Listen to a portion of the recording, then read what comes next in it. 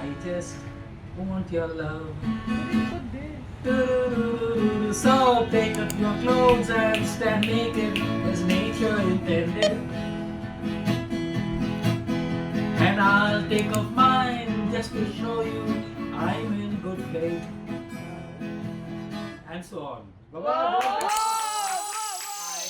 As we've discussed, can be all encompassing sometimes, right? So I would hesitate to say just your art practice, any practice you have in your life that you're serious about. So with this context, you can share, what did you think was a studio visit before? And what I've shared, has that changed anything about it? Or, how do you see this word? Like, what does it mean to you in your head? Food. Well, it's very interesting and also a bit unnerving because I've never considered myself an artist to begin with. I've been far removed in my mind from the world of art. Yeah. I'm a man of science, and for me, growing up, art and drawing and anything of that creative nature was alien to me. I got very poor marks all through school in anything art. A studio visit, I have associated studios with music studios, art studios, and that's it. So what you're telling me comes as a complete googly, if you will. I'm and it is very intriguing, the thought that as an artist, that I am an artist in the sense of my practice. Whatever I do, whether it's for a living or whether it's as a hobby or personal, if I look at it deeply, yes, why not? Why not art? Because there is a skill involved, there is a commitment to a goal, there is, and it, by your definition and description, my practice and what I do habitually is in that sense, well, if you consider it art, and if you are here by your studio visit to mean how can I connect you with what I do in an intimate way, then yeah, sure, there are a lot of things that line up in my mind. Having had this long innings, many things come rushing to mind. Okay, so I need to back up, I think, a little bit to give you context. I'm a man of many faces. I've done in my life. I'm presently a psychotherapist, and I'm in the mental health space. Prior to this, I was in communication, and I did a host of communication related work. I ran the Advertising Agencies Association of India for 15 years as its executive secretary. So that was largely a liaison administrative job, but involving communication. I did about 10-15 years of teaching competitive exams, the verbal part of competitive exams such as GMAT, GRE. I did a lot of freelancing where I taught Shakespeare, I taught all fashion journalism to NIFT. Oh yeah. I did so it's been a wide, varied life. In my early years, I did everything from typing and stenography to all kinds of very low level jobs coming up. And so all of this, when I look back now at my 70 years of living on this, and when I look back, I think, what can I pull out and offer to you as the first principles of what I've done and the So give me a moment to think and to figure out what I have to share. By a variety of weird circumstances, I just took whatever I could. And as it turned out, I seem to gravitate now when I look back and I'm talking to you towards things that involved communicating and involve people. I look back at my teaching jobs, I look back at my today, my mental health, and all of my work in between was these two things stand out. That I was always in touch with people, either as a student teacher or employer employee or counselor and client, but there was always that very close connection with human beings, mostly one on one. If it's one too many, it was in a classroom, but there was this face to face visible connection. So there's a whole string of things involved that I did, and I find this commonality, the communication and people. And when I look back, I find I wouldn't have it any other way. It was not as though I set out to do it, it just came about, Yeah. and it's something I love. There's this great line in this song: if you can't be with the one you love the one you're with. So Might as well. by the chat that I had with Ro and Ro's bifurcation of art, the domains of art into what you see as sculpture and drawing or music or any art form, a visible art form, versus what one is and what one does by virtue of his or her being rather than doing. Yes. I like that second one.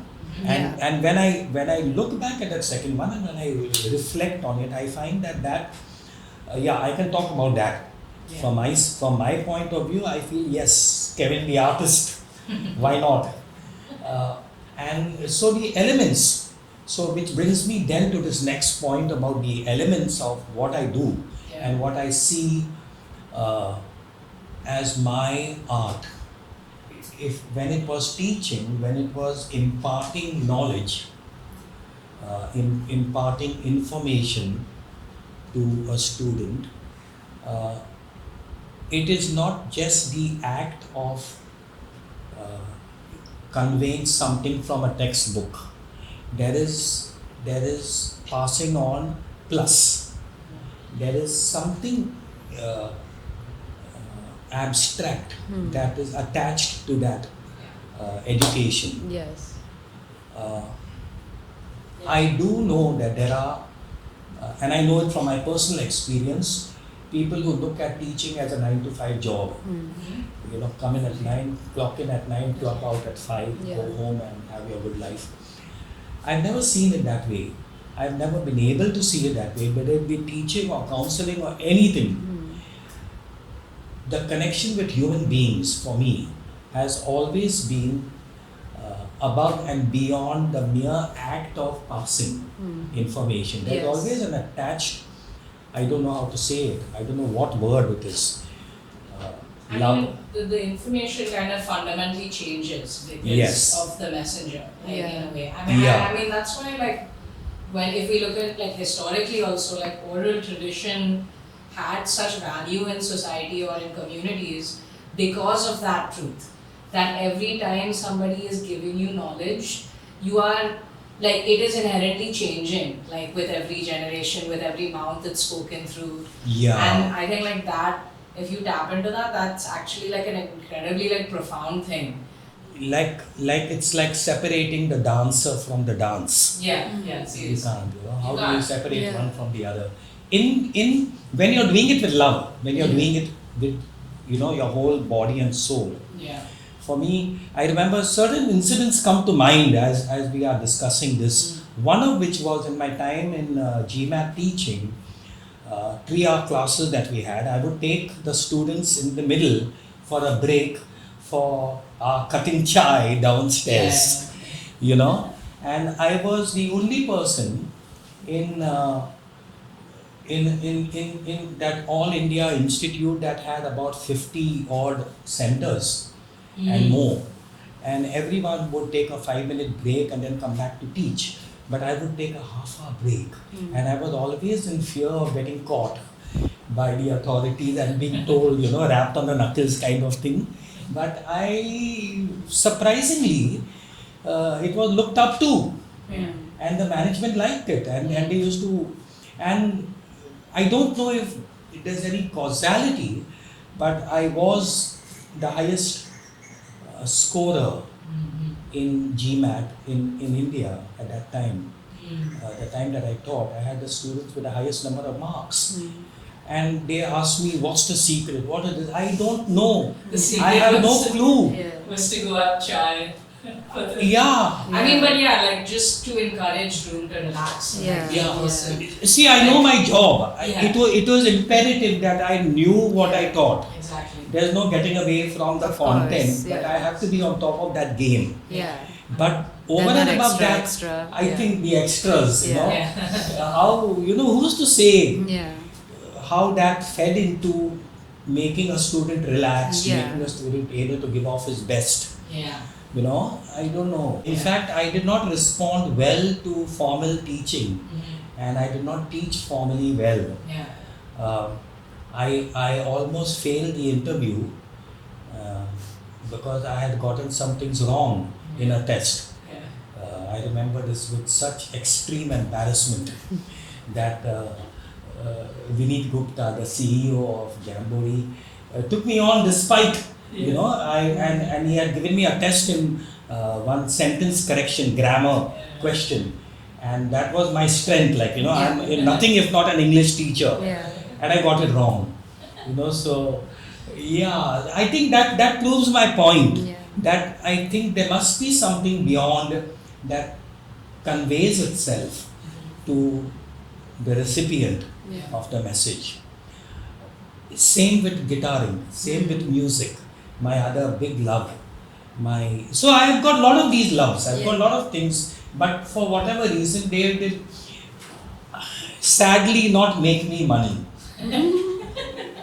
Yeah.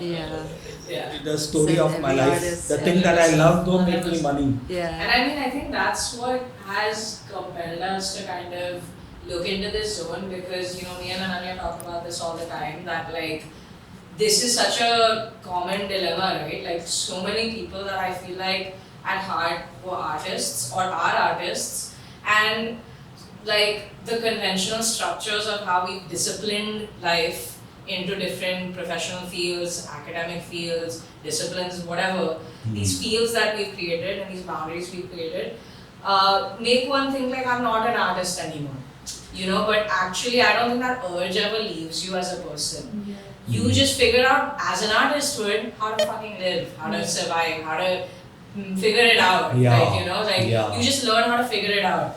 Yeah. And there may be this artistic outlet that's changed, but that urge I think remains unchanged. Yeah.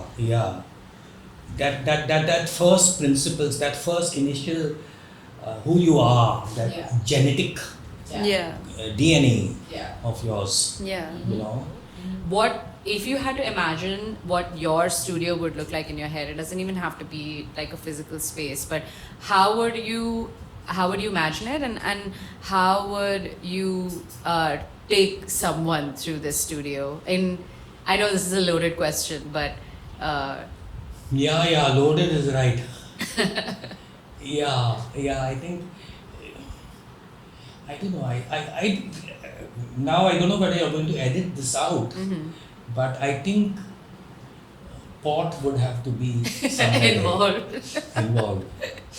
I think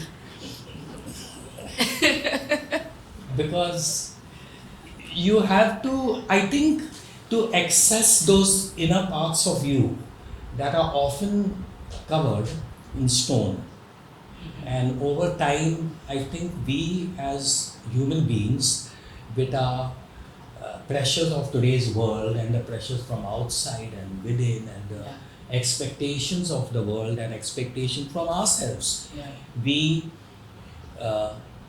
you know, cut our cloth to a certain size and we try to fit into it. But if we release it, if we remove these chains, and pot is a good way to remove it, then I think, you know, the natural. So this is what I started by saying about going with the flow. Yeah. I didn't consciously choose anything, but I Yeah. think I let myself open to the randomness of life, Yeah. you know, and I think that's critical. So one is, I guess, the curiosity, investigative nature of things. And it's true of me. That's very true of me. I can identify myself with that. It takes me long to get bored of anything. Yeah. I can stare at a lion and her offspring for one whole hour. I've done that in a zoo. You know, I never get bored. So that investigative curiosity, one. Two is, to access that inner self, there has to be that to make that absence of resistance and to let the feelings flow. Yeah, I would sit with you under a pipal tree. You know, I think that to me is it, man. Yeah. You know, sit with nature by a brook and chat and just do our thing, talk about, you know, that appeals to me. Yeah. Yeah. That sounds awesome. Yeah. I would also love to do that. Yeah. Anybody though. It doesn't have to be the most important. So don't stress about it being Yeah. like this is my chance to say the most important person. Yeah. It No, could no. be For sure, anybody. I get the message. So you could even contain it to somebody who's doing that for you right now.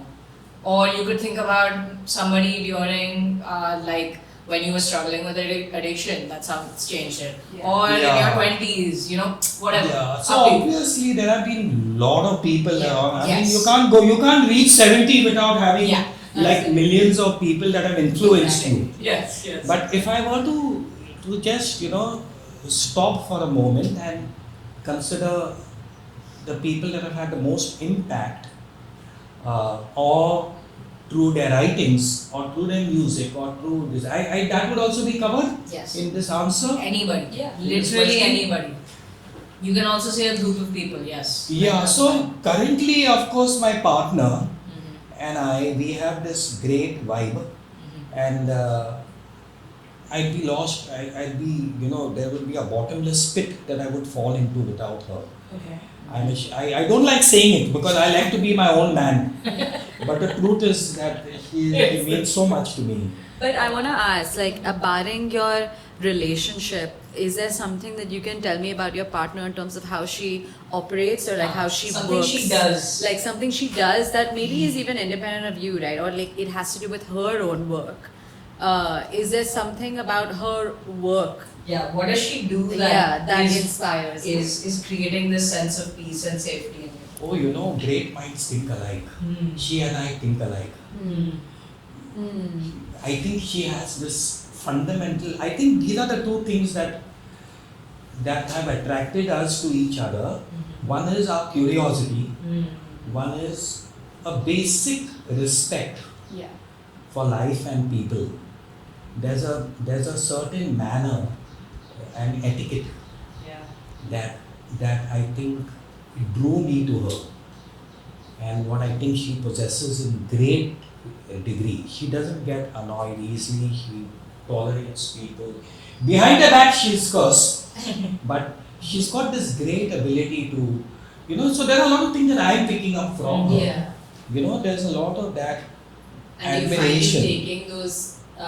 do you find yourself taking those characteristics of hers Hope. into your own? I hope I try.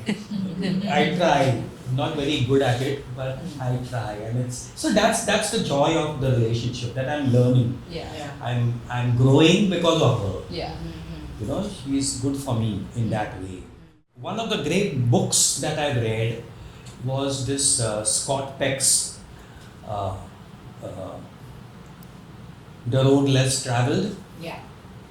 Yeah, you mentioned. The Road Less Traveled for me in psychology has been the big profound thing, if I were to name one. Musically, the music of Mark Knopfler, Jim Reeves, wide apart, but there is a certain wholesomeness and a certain purity to that sound that resonates in me. When I look at music and writing and even counseling, I feel like I'm a potter at a wheel. I have this clay and I have this formless object that I can shape into anything I want. When it's especially writing or music, Yeah. that what is within me creatively comes manifest. Until then it's very formless, and but once I give it shape, physical form and shape. Although I told you at the beginning, I'm hopeless in drawing, and I'm sure any clay pot of mine will be a nightmare to look at. I'm not a holy person, I'm not organized religion person, but for me Jesus Christ stands out as a great teacher. I grew up in a heavily Christian environment, Jesuit, I was an altar boy. I moved away from that. I'm not a ritualistic person, but some of Christ's teachings have stayed with me, and I think they form the paradigm of my life. And the do unto others as you would have them do unto you. It is the basis, I think, when I look back now. And why am I this way? Why was I so popular in my teaching?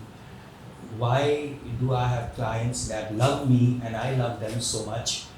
Over and above the therapy, it's not that just that 1 hour, but it's the connection that stays.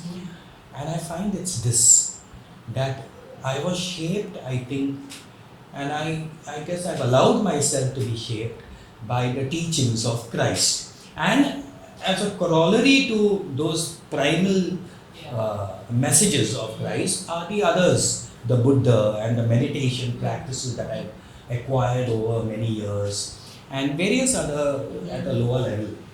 But those, the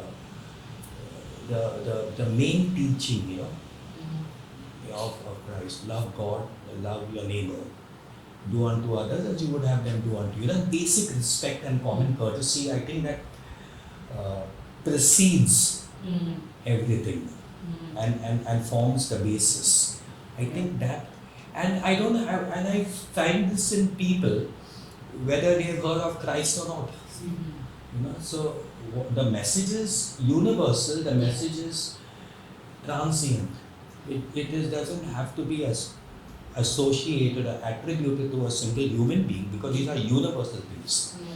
I think this forms the basis for that, the studio. Yeah. Anything that's been outputted. Yeah, anything that's been outputted. Sadly, I have to scratch my head. But there's one thing that stands out among the things I've done in the past was a note that I wrote to my uncle. A lot of it has been in writing. In writing. In writing. And I wrote to my uncle a note on his 80th birthday.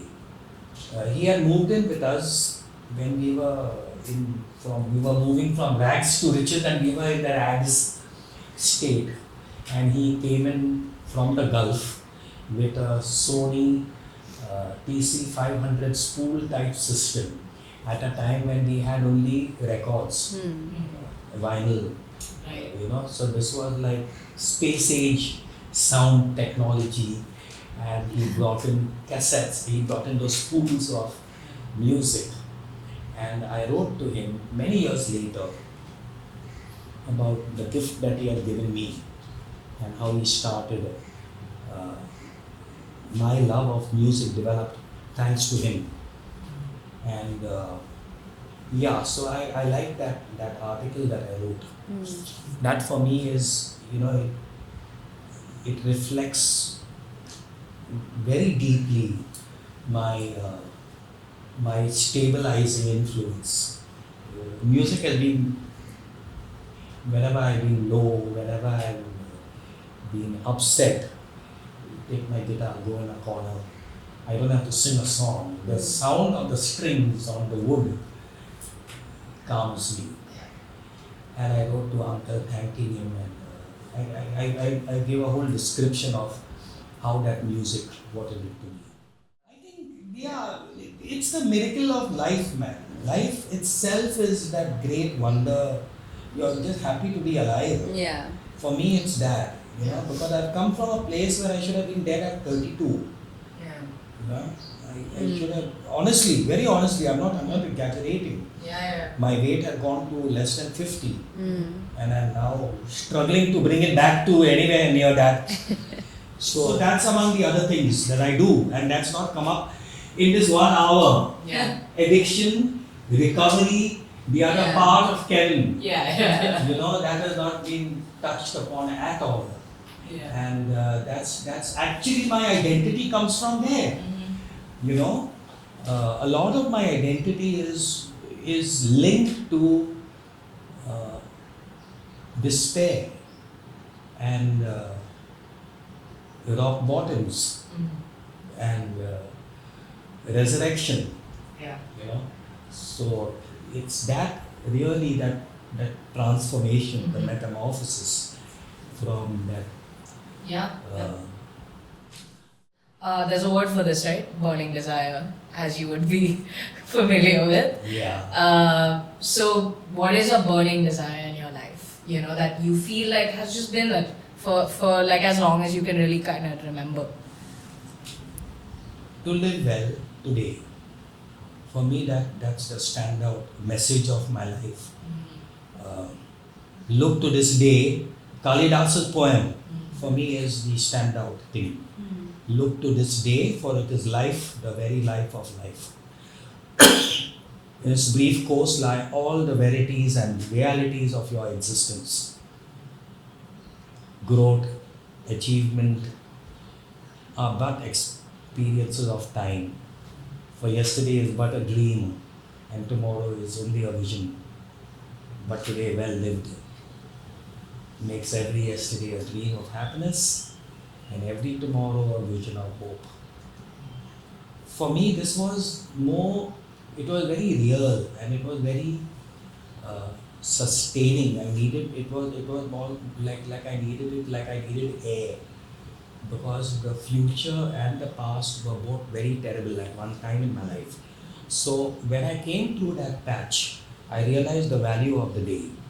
I realized the value of the moment, the here and the now. And every day and I'm not saying this from any vantage point of speaking from a pulpit. Far from it.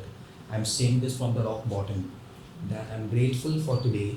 I'm grateful for another day to live well, to give what I have, and to eat good food. Yeah. Exactly. Thank you. It's been good for me too. I'm excited to see what this turns out like. Yeah. Me too. That was a nice chat. Yeah. Do you feel like there's anything you'd want to share more that slipped your mind while talking? Oh, there will be, I'm sure. The minute you leave. Later you go, shit, I should have said this. Why did I say this one? Absolutely. I always feel like that after interviews and all. I'm like, wow, I could have said so much of a smarter thing or Yes. like a more complex thing. I could have framed the sentence better even.